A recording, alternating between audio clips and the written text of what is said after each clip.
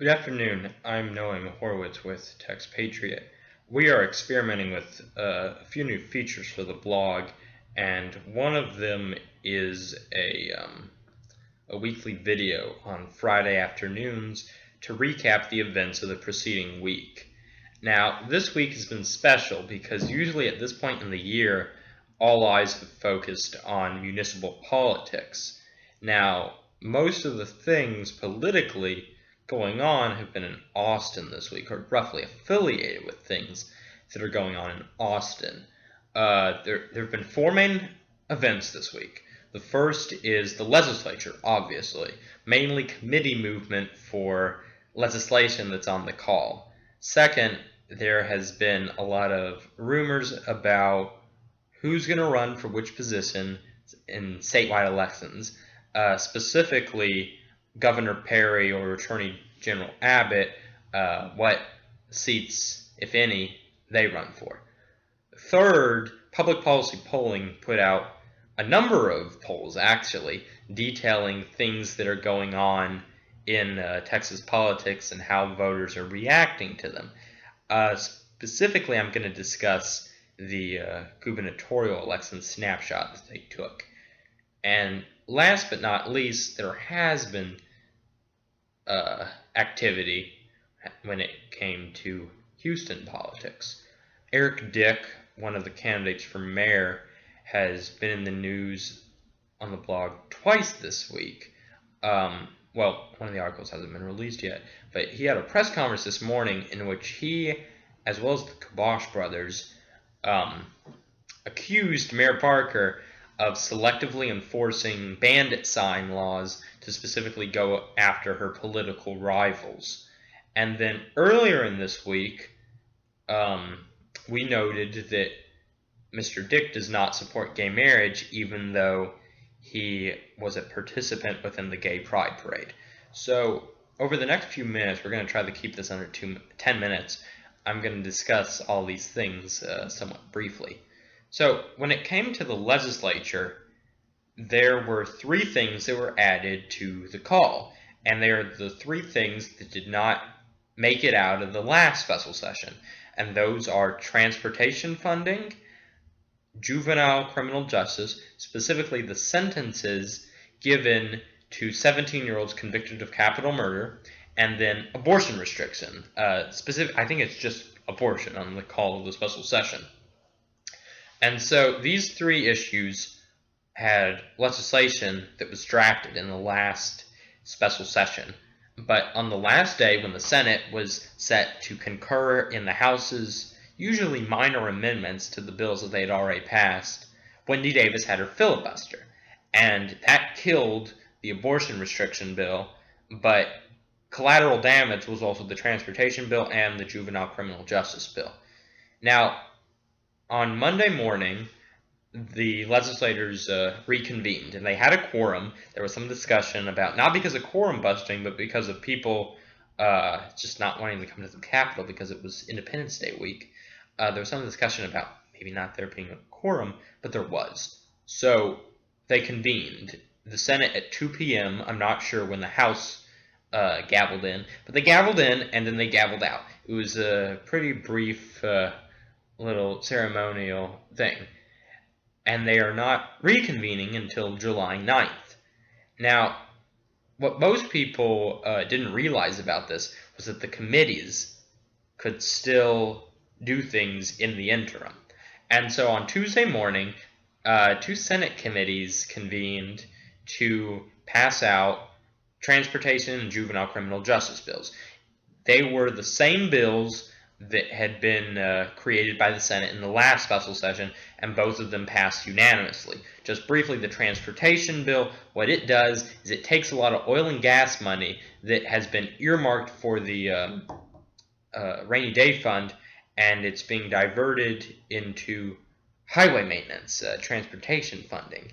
Now, since this has to do with the rainy day fund, it has to be approved by 2/3 of both the House and the Senate, and the voters of the state have to approve it in a referendum in November. Now, the juvenile criminal justice bill, what it does is it replaces the mandatory life without parole sentence for 17-year-old capital murderers. Now, the Supreme Court declared this unconstitutional. It replaces that with a mandatory life with parole sentence, 40 years. So these 17-year-olds would get out when they're 57.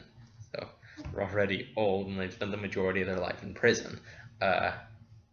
It's not a forgiving sentence by any stretch of the word.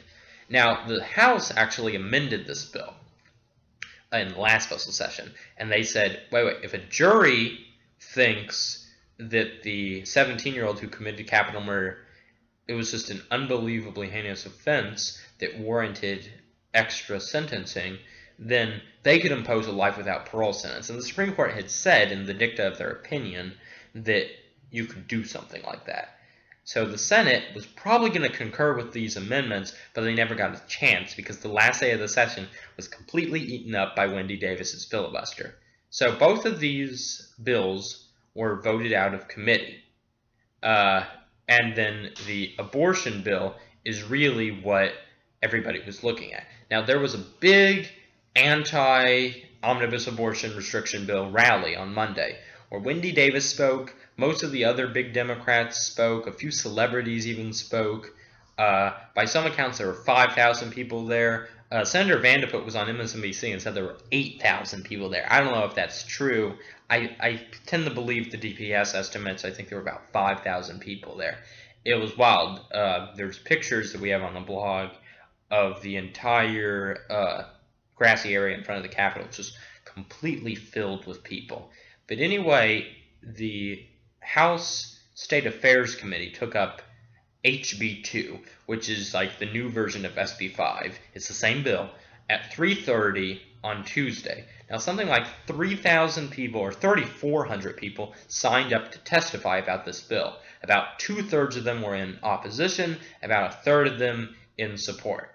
Now, about 140, I heard originally 100, but I think now it's up to 140 people got to testify because they started a little bit late. They were supposed to start at 3:30, but they started late. And Byron Cook, a East Texas Republican representative who's the chairman of the committee, had said this isn't going to go past midnight. So at like 12:01 a.m., he just abruptly stopped and he kicked everybody out of the Capitol, even the staffers. And so what we said was that in the dead of night, 7 white men and 1 white woman voted to impose these burdensome abortion restrictions upon Texas women. The Senate Health and Human Services Committee is going to be taking up an almost identical measure in their committee on Monday. Now, that's what the legislature has done. That is the actual government work that has been accomplished. In statewide political gossip, rumor news, Tommy Williams, the state senator from the Woodlands, who was being discussed as a possible comptroller candidate, said that he is not going to run. While Stephanie Carter, who has gained some notoriety, she's a state representative from Dallas. She's a Republican, but also, demographically, she's also an African-American woman. So trying to reach out to two groups that historically the GOP in Texas hasn't been that successful with. So she hasn't officially announced, but she's probably going to run for the Railroad Commission, a statewide position. Now, the biggest news when it comes to all of this political gossip, though, is Rick Perry. Rick Perry had originally said by July 1st we'd know what he was doing next year. And then the second special session happened and he just scrapped the announcement. And so a lot of people thought, well, we'll have to wait all the way until the end of July. But then a few days ago, he said, on Monday, on July 8th, I'm going to make an announcement about my future. New and exciting plans is what he said. And so the Texas Tribune historically has thought that Perry isn't going to run for re-election again. So they're taking this to be his big announcement about, I'm not running. Now, I, for one, tend to think that he will run. But I've been wrong about these things before. I've mostly been wrong about these things before. So don't just take me at my word. So all eyes are going to be upon the governor on, I believe, Monday morning when he gives this speech. He's going to give it in San Antonio. Now, in polling news, public policy polling came out with a bunch of polls. They measured everything from Texans' support of gay marriage to background checks to their approval of the president.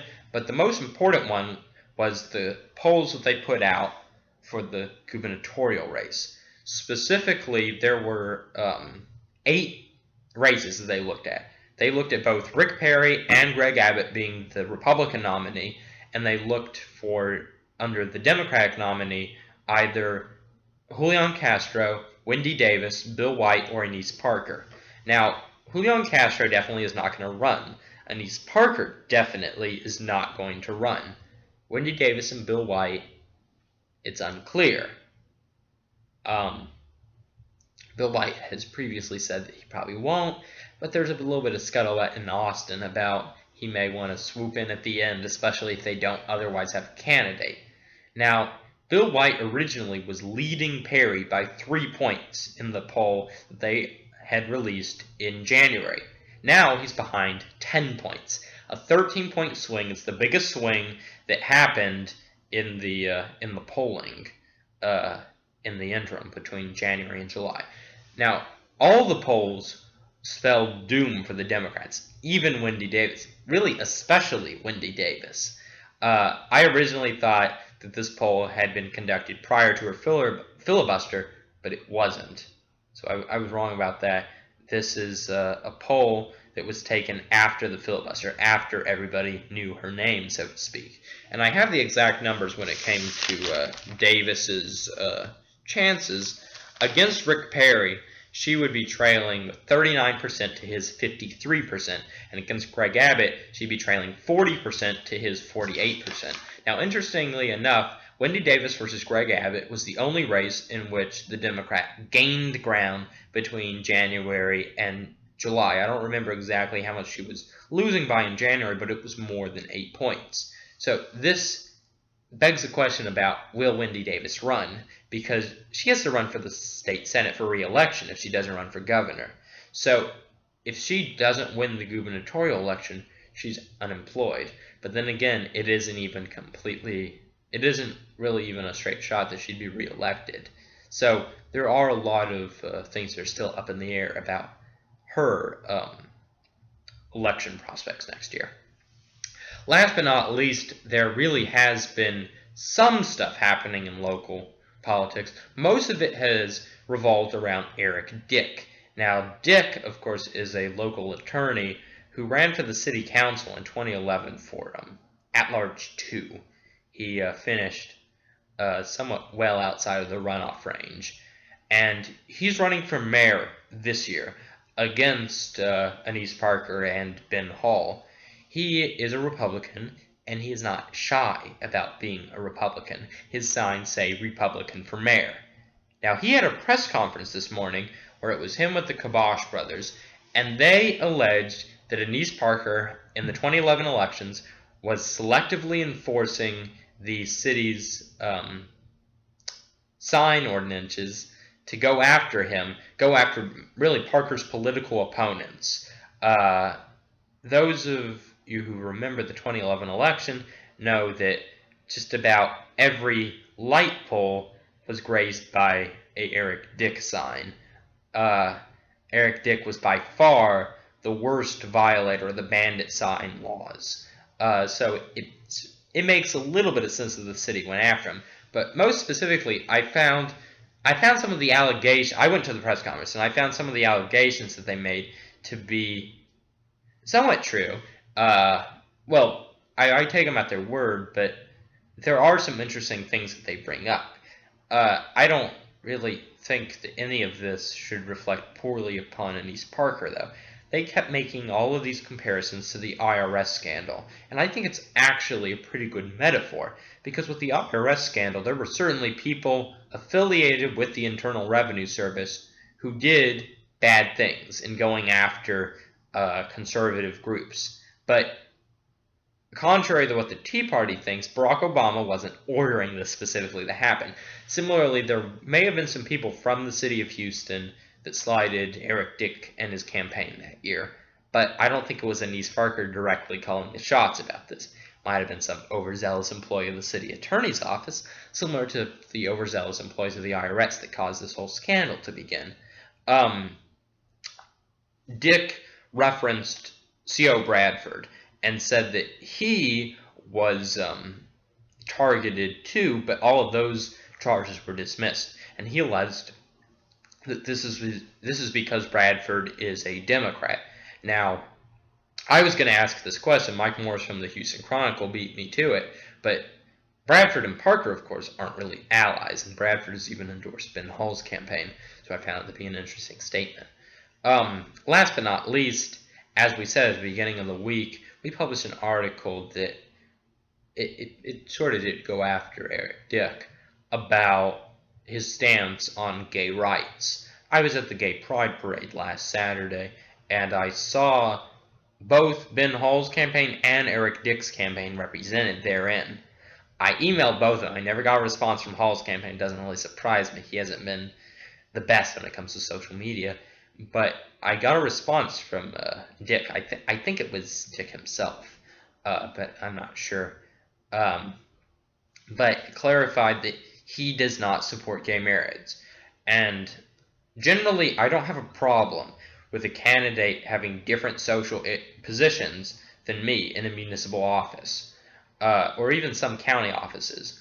For example, I'm pro-gay marriage and I'm pro-choice, but for a government position that has absolutely nothing to do with gay marriage or abortion, I don't necessarily mind if somebody who opposes either gay marriage or abortion holds that office, because the only issues that are relevant are fiscal issues or some other social issues, but it's not relevant to the issue at hand. But Dick chose to go to the Pride Parade. He chose to put himself out there with that position. So the fact that he doesn't support gay marriage sort of tells me that he's always trying to grandstand for somebody's support, whether it's the young people or the older Republican establishment. And so that really tells me a lot about his integrity as a candidate in general. That's the Texpatriate week in review. If you're watching this and you enjoy it, please comment or try to get in touch with me or another member of the editorial board. We'll continue this if it's popular. If not, we probably will not. Okay, thank you, and have a good weekend.